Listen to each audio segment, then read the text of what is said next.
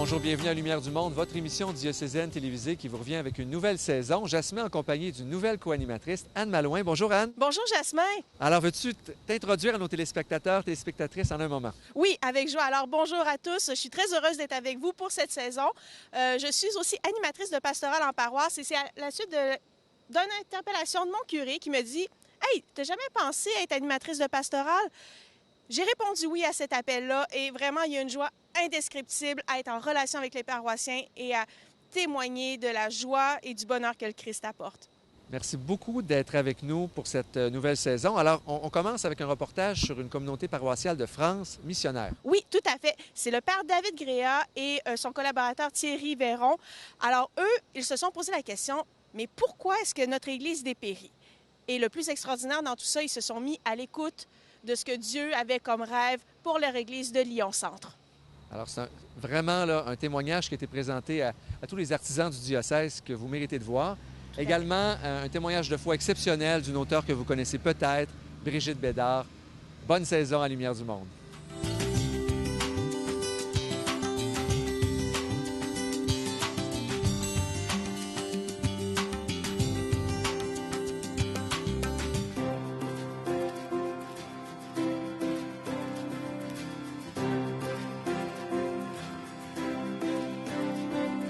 Est-ce que encore aujourd'hui, pour un chrétien, le fait d'être chrétien, est-ce que ça change sa vie? Est-ce que ça transforme sa relation au monde, à sa propre vie, à ses questions existentielles?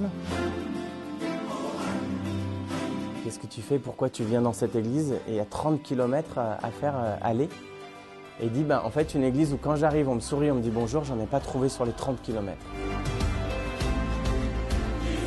3 familles seulement, l'intérieur un peu délabré, le son, le chauffage était en mauvais état, il n'y avait pas grand-chose qui marchait. Et j'étais découragé, je me dis mais qu'est-ce qu'on va faire ici? Puis David m'a dit c'est génial, il y a tout à faire et puis comme il n'y a pas grand-chose, personne ne va nous empêcher d'agir et l'Esprit Saint va pouvoir agir. Pourquoi il y a des églises qui grandissent? Elles sont pas nombreuses mais elles grandissent. Elles sont pas nombreuses mais elles grandissent vraiment bien. C'est chouette quand on voit ce qu'elles vivent. Et nous, on dépérit. Non, mais on n'est pas plus bêtes qu'eux. Qu'éclatant toutes les nations, le réveil d'une génération. Alors dites-moi, qu'est-ce qui attire les gens à votre Église? Sans doute la joie. Et puis la fraternité aussi qui y règne. Ce qu'on a commencé à faire, c'est essayer de tisser des liens vraiment fraternels, qu'on ait beaucoup de joie à se retrouver. Voilà, on s'est aussi posé la question de qu'est-ce qu'il y avait d'enthousiasmant à être chrétien? C'est-à-dire se reposer des questions un peu fondamentales et retrouver le sens de connaître le Christ. Qu'est-ce que ça change dans nos vies? Devenir chrétien, je me dis que ça doit être comme pour un orphelin qui cherche ses parents depuis toujours, et puis un jour on lui dit « mais tes parents aussi, ils te cherchent depuis que tu es né, et ils sont heureux de te retrouver, ils t'aiment, et ils ont des tas de promesses et des tas de cadeaux pour toi. » Et c'est un peu ce sens-là qu'on a essayé de retrouver aussi. Jeunes et vieux dans la louange, que chantent l'Église et les anges. Vous avez choisi de recentrer vos énergies au fait en vous dotant d'une vision. Parlez-nous de cette idée. En fait, c'est vraiment essentiel, c'est-à-dire que en regardant la Bible, on voit que tous ceux qui ont vraiment apporté, traduit la parole de Dieu, qui ont guidé le peuple saint, c'est toujours des personnes qui savaient la volonté de Dieu, qui avaient discerné, qui avaient entendu, qui avaient rencontré le Seigneur. Et nous-mêmes, pour nos vies personnelles, on cherche, mais quelle est la volonté de Dieu pour moi? Et pour notre paroisse, c'est très rare qu'on se pose cette question. Mais en fait, quelle est la volonté de Dieu pour ma communauté? Alors, le premier plan d'action, c'est de prier tranquillement. C'est révolutionnaire. Ouais. En fait, nous, on dit que des choses banales. Mais... et donc, non, vraiment prier, c'est très important. Donc, il faut prier et voir, mais en fait, qu'est-ce que le Seigneur attend de nous? Où est-ce qu'il veut nous conduire?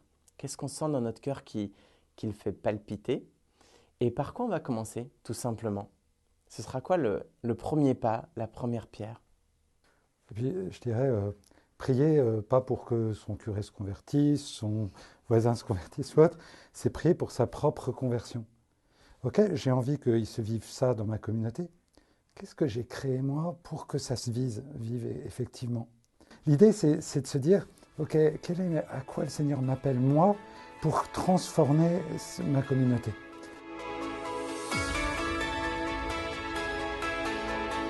Et qu'est-ce qu'il faut? Quel est l'élément déclencheur? Parce qu'on voit bien, on va sur votre site web, c'est très enthousiasmant, effectivement. On voit tout ce qui se passe, on voit des images, mais on voit les services qui sont là, qui sont faits par des gens engagés. Mais il faut partir dans quelque part. Ouais, faut partir par du tout petit. C'est-à-dire, à partir du moment où on est convaincu de ce qu'on veut, si on veut une église joyeuse, qui loue Dieu, vraiment avec des gens fraternels, on veut des gens qui soient des chrétiens capables de parler de Jésus-Christ, de témoigner, d'ouvrir la Bible, de la partager. Alors on commence avec quelques personnes et on tisse des liens, on fait connaissance, on ouvre son cœur, on partage la parole de Dieu, on partage notre ambition, notre enthousiasme à partir de la foi et pour l'Église. Et c'est vraiment très doucement, avec très peu de personnes que ça commence. Et ça se répand? Énormément, parce que tout le monde est heureux d'être heureux. Ouais, pour illustrer peut-être, une chose très simple que la paroisse la plus pauvre peut faire, c'est mettre des gens à l'entrée de l'église qui soient vraiment sincèrement heureux d'accueillir les paroissiens le dimanche, histoire qu'on soit mieux accueillis à l'entrée de l'église que dans sa boulangerie ou ailleurs. Il y a quelque chose à renouveler dans l'accueil, il nous avait semblé. En tous les cas, là où on était, c'était vraiment un besoin essentiel. Et puis, à la fin de la messe, très souvent, chacun repart chez soi. Et là, l'idée, c'était que les gens qui souhaitaient transformer cette église prennent le temps, 1-2 minutes, pour aller vers quelqu'un qu'ils ne connaissent pas, se saluer, dire « Tiens, est-ce que vous êtes du quartier? C'est la première fois que je vous vois là.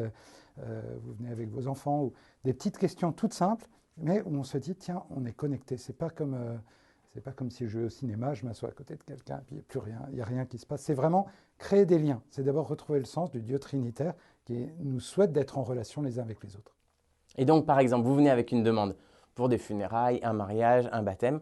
Et nous, dans notre tête, notre joie, c'est de vous accueillir, soit parce que vous êtes déjà bien catholique, convaincu de ça, tant mieux, on va vous expliquer le projet, on va vous mettre au service. Soit alors parce que vous êtes loin de l'église, vous avez tout laissé tomber, mais bon, ce jour-là, il faut bien aller quelque part quand il y a des funérailles, ou pour le caté ou quoi. Et donc là, vous devenez notre joie. Parce que justement, vous faites partie de ces brebis égarées, mais qui revenaient comme ça, demander quelque chose. Et donc là, on a quelque chose pour vous. Vraiment pour vous, parce qu'on y a pensé. Un vocabulaire différent, un décor différent, une attente différente. Ce qui fait que les gens ils vont venir pour un service habituel, et ils veulent une réponse simple, tout ça, et ils se retrouvent embarqués dans une histoire qui va les captiver. Lorsque ton peuple t'appelle, cueillons nous le réveil, nos vies relevées. Pour mettre quelqu'un à l'accueil, pour avoir des gens qui tendent de la main aux autres, il me faut des gens au service.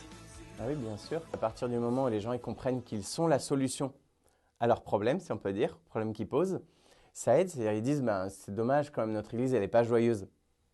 Alors on va commencer avec vous. Elle n'est pas accueillante. Génial. Si vous êtes sensible à ça, c'est que vous avez une capacité pour ça. En fait, ce qui passionne un chrétien, c'est que d'autres découvrent cette joie. Vous voyez. Donc ceux qui sont vraiment les plus habitués, mais au sens noble du terme, alors eux, ils ont envie d'en apprendre plus pour que des gens éloignés de l'Église viennent. Et quand ils viennent, ils ont gagné. Donc là, ils vont bien les accueillir et tout ça. En fait, il y a 5 essentiels qu'on retrouve dans Actes 2, 42, 47, qui sont en fait un peu les conditions à réunir pour vivre chrétiennement. Et ce qui est fabuleux, c'est que la promesse de ce passage, c'est que quand une communauté vit ces 5 essentiels, le Seigneur va la faire grandir. Le verset Acte 2, 47, et chaque jour, le Seigneur augmentait le nombre de ceux qui seraient sauvés. Et donc, ce qu'on découvre, c'est que ça s'articule autour de la fraternité, être heureux d'être ensemble, la louange, la prière, la croissance, le service de l'Église et l'annonce du Christ. Moi, le préféré pour moi, et je pense que ça rejoint une question de fond, c'est comment on attire les gens à l'Église. C'est la croissance spirituelle. Pourquoi je viens à l'église? Parce que c'est le dimanche et que quand on est catho, on va à l'église? Même s'il faut s'ennuyer? Non, en fait, être chrétien, c'est de dimanche en dimanche et de semaine en semaine, parce que être chrétien, c'est pas que le dimanche, peu à peu ressembler à Jésus-Christ. Et de l'Europe et de l'Afrique, de l'Asie jusqu'en Amérique. Thierry, parlez-moi de votre rôle à l'église Lyon Centre. Alors, en fait, moi j'étais missionné avec ma femme pour monter une maison des familles. Et le cardinal Barbarin avait décidé que cette maison des familles, elle serait sur la paroisse Sainte-Blandine. Et donc, on est un peu arrivé, nommés en parallèle, David et moi. Et puis, on s'est tout de suite entendu pour être chacun à notre place et en même temps responsables ensemble de ce qu'il y avait à construire. Oui, parce qu'en fait, la difficulté vraiment majeure pour moi, comme pour beaucoup de prêtres, c'est que tout repose sur nous. Et donc, on étouffe sous le poids de 1000 choses, mais quand on regarde bien, la plupart des choses qu'on nous demande ne sont pas les choses pour lesquelles on a été ordonné prêtre. Donc, on est vraiment asphyxié par ce qui ne nous revient pas en fait. Et du coup, triste de ne pas faire ce qu'on sait faire et ce qu'on aime faire, ce pour quoi on a donné notre vie. Cette notion de co-responsabilité dans l'être et l'agir de l'Église, on s'est mis à la vivre. Je pense que c'était une grâce vraiment qu'on a reçue, la vivre et avancer sur les questions qu'on se posait. Quelle est la volonté de Dieu pour nous ici, pour cette communauté? Qu'est-ce qu'il y a d'enthousiasmant, je disais. Comment être chacun à sa place. Et qu'est-ce qu'on a d'essentiel à vivre ici pour être vraiment chrétien.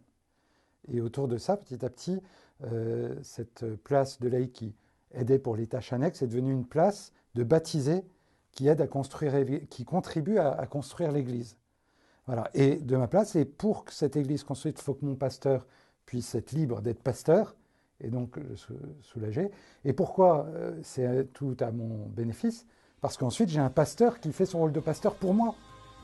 Donc vous voyez le cercle vertueux que ça peut entraîner. Chrétiens d'Orient et d'Occident.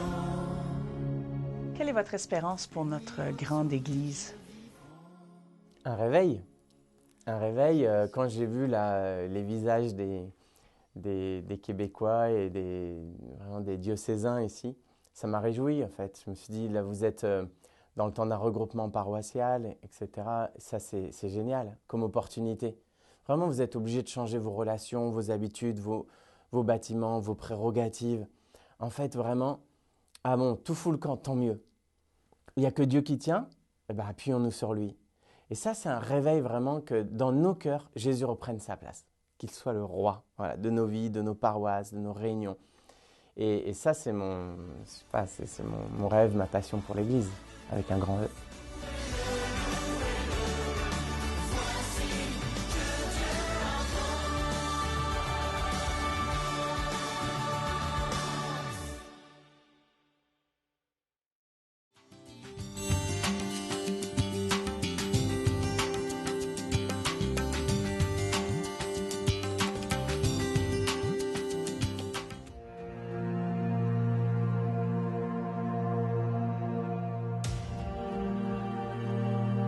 Ma vie avant d'être chrétienne, là, c'était, je pense, pour moi, c'était une vie bien ordinaire. Là. J'étais étudiante à l'université à Montréal, puis j'étudiais en études littéraires, puis j'étais une passionnée de littérature, puis passionnée de féminisme aussi.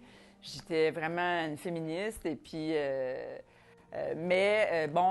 j'ai connu dans ma tendre enfance, un début de consommation de drogue qui a commencé vers l'âge de 11 ans à peu près.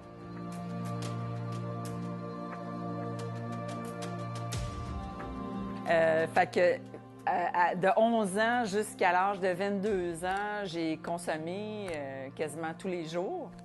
Dans les dernières années, c'était de la cocaïne. Avec beaucoup d'alcool. Vers l'âge de 22 ans, j'ai abouti dans une salle de réunion qu'on appelle Cocaïnomane Anonyme, qui vient de Alcooliques Anonymes, qui a été fondée en 1935 aux États-Unis par deux vieux alcoolos. Puis ça s'est multiplié, les anonymes, puis ça a créé toutes sortes, pour aider toutes sortes de dépendants. dont les cocaïnomanes anonymes. Alors moi, j'ai fait du meeting de cocaïnomanes anonymes et de narcotiques anonymes et d'alcooliques anonymes et de dépendants affectifs anonymes et de sexoliques anonymes et de outre-mangeurs anonymes, tout ça en 10 ans.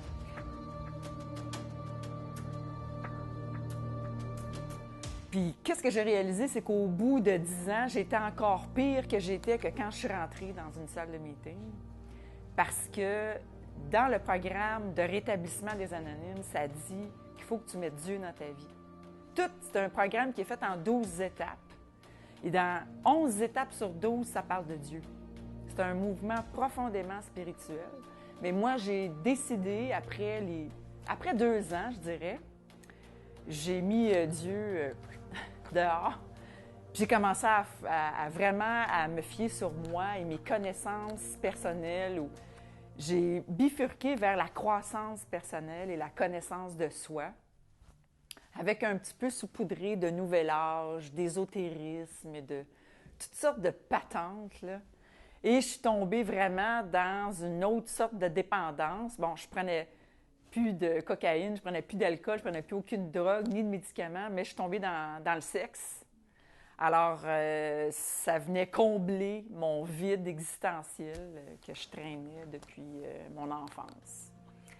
Fait que j'ai compulsé dans la sexualité. J'ai consommé des personnes, autant des gars que des filles.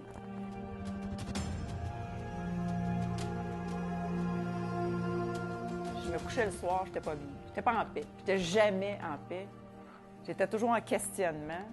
En fait, je remettais en question mon identité sexuelle, je remettais en question mon identité de femme. Je ne savais plus trop qui j'étais. Je me cherchais. Je cherchais un sens à ma vie. Puis ça a pris des séparations draconiennes avec des amis.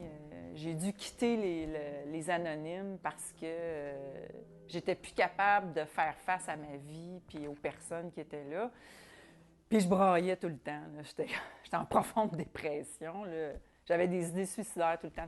Puis dans une salle de réunion où j'allais une fois de temps en temps à l'autre bout de la ville pour être sûr que plus personne me voit, il y a un gars qui arrive comme ça, un membre qui était là, puis que je côtoyais un petit peu, puis qui me donne un papier en me disant « Tu devrais aller à l'abbaye de Saint-Benoît-du-Lac, Brigitte. Tu devrais aller faire un inventaire minutieux de toi-même. » Bon, il faut dire que dans le mouvement des anonymes, l'inventaire moral et minutieux de soi-même, c'est la 4e étape. Donc, sur les 12 étapes, ça arrive. Mais j'en avais fait plein, moi, dans mes 10 ans, des 4e, 5e étapes, ou la 5e étape, tu vas dire à quelqu'un d'autre toute ta liste là, de ressentiments, de déficiences, de défauts de caractère. Donc, j'en avais fait plein, mais ça ne réglait pas mon problème. T'sais. Mais ce que je ne savais pas, c'est que mon problème, je l'aurais résolu si j'avais mis Dieu dans ma vie. Au lieu de mettre la volonté de Brigitte, il fallait que je mette la volonté de Dieu.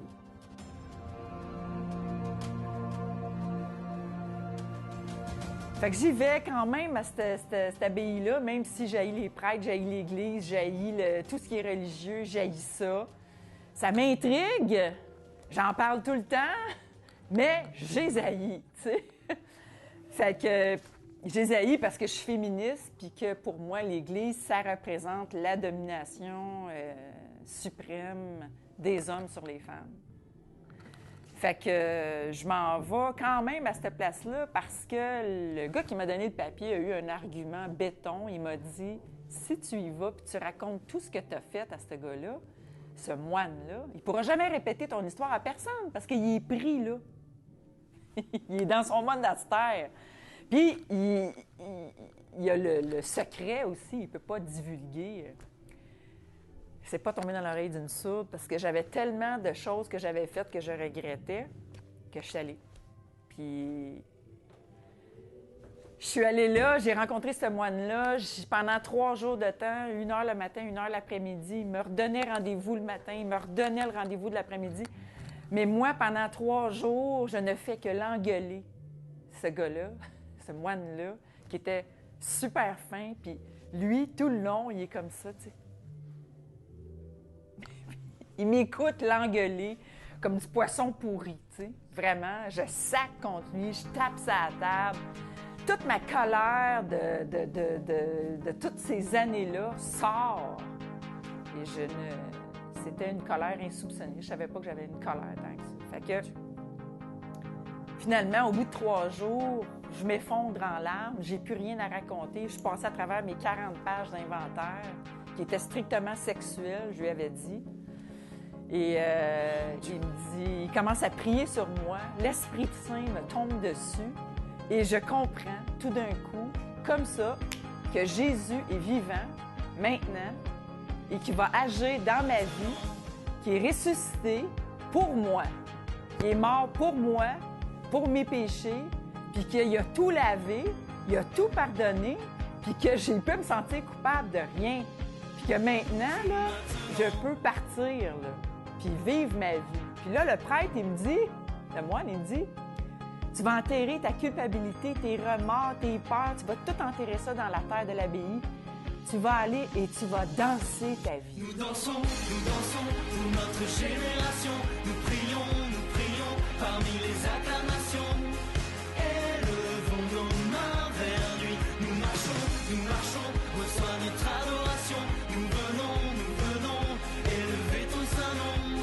Notre Dieu est avec nous maintenant. Ça a été vraiment un apprentissage, mais je dirais que l'apprentissage majeur dans ma vie, ça a été d'apprendre c'était quoi la chasteté. Pour moi, ça a vraiment été la porte d'entrée à ma libération sexuelle. J'ai vraiment vécu une libération sexuelle.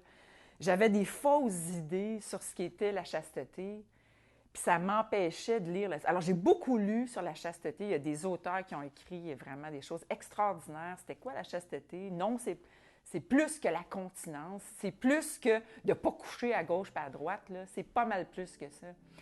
C'était vraiment pour moi une nouvelle façon d'apprendre à marcher. Une façon nouvelle d'apprendre à vivre.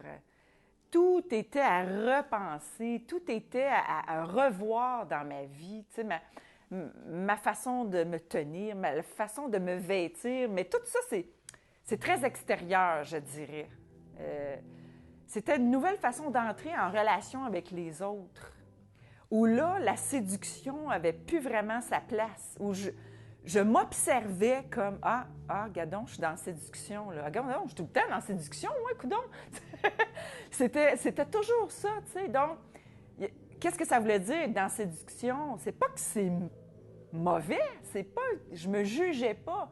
Je voyais que ce que ça voulait dire pour l'autre, c'est que je voulais quelque chose. Donc, mon approche n'était pas gratuite. Donc, ma relation n'était pas gratuite. Donc, est-ce que je prenais... Est-ce que c'était un échange? Tu sais, il y avait comme quelque chose de toujours de consommation dans mes relations.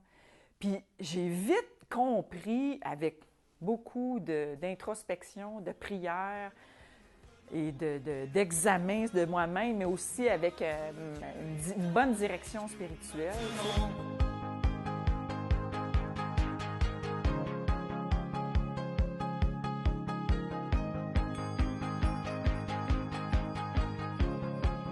J'étais beaucoup portée à me culpabiliser d'un paquet d'affaires. Puis non, la culpabilité, ça vient pas de Dieu. C'est pas ça. Non, ça vient du malin. Donc, il fallait que je réapprenne vraiment m'accueillir avec les yeux de Dieu. Puis pour moi, la chasteté, c'était beaucoup ça. C'est vraiment un amour inconditionnel envers moi-même. Apprendre à revoir mon corps, puis d'accepter aussi que je suis une créature de Dieu. Alors, je ne suis pas Dieu. Il y a des limites que je dois respecter, limites dans la différence des sexes. Pour moi, il y avait toute une reprogrammation, je dirais, à faire. Là. Puis, là, c'était de réapprendre, d'apprendre la sexualité avec un homme. Puis toujours le même. Juste lui, toujours le même, sur une base, tu sais, ça va faire 10 ans qu'on est mariés cette année. Alors, c'est incroyable là, que j'apprends c'est quoi faire l'amour. Fait que c'est, pour moi, être chrétienne, c'est définitivement, plus que jamais, être incarnée. Vraiment vivre ici maintenant avec les autres. Puis Dieu, il est dans ce monde, mais tout en n'étant pas de ce monde. J'ai pas les idées du monde, je m'en rends bien compte. Mais je suis dans ce monde-là, puis je l'aime, le monde. J'aime le monde. Je veux pas être une sainte ni-touche, pas ça. Je veux être sainte, mais pas sainte ni-touche. Notre Dieu est avec nous maintenant.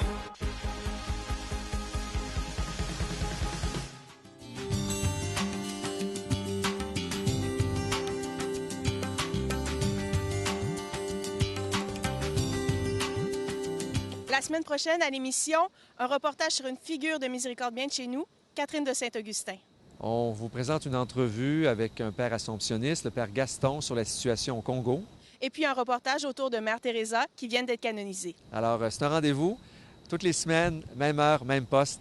Alors, à très, très bientôt. Bonne semaine.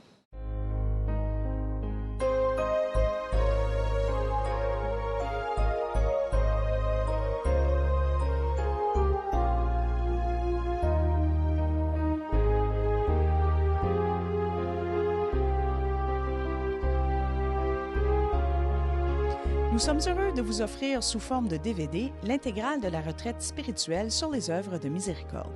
Pour usage en paroisse, en petit groupe ou à la maison, le coffret de 3 DVD est disponible au coût de 20 $.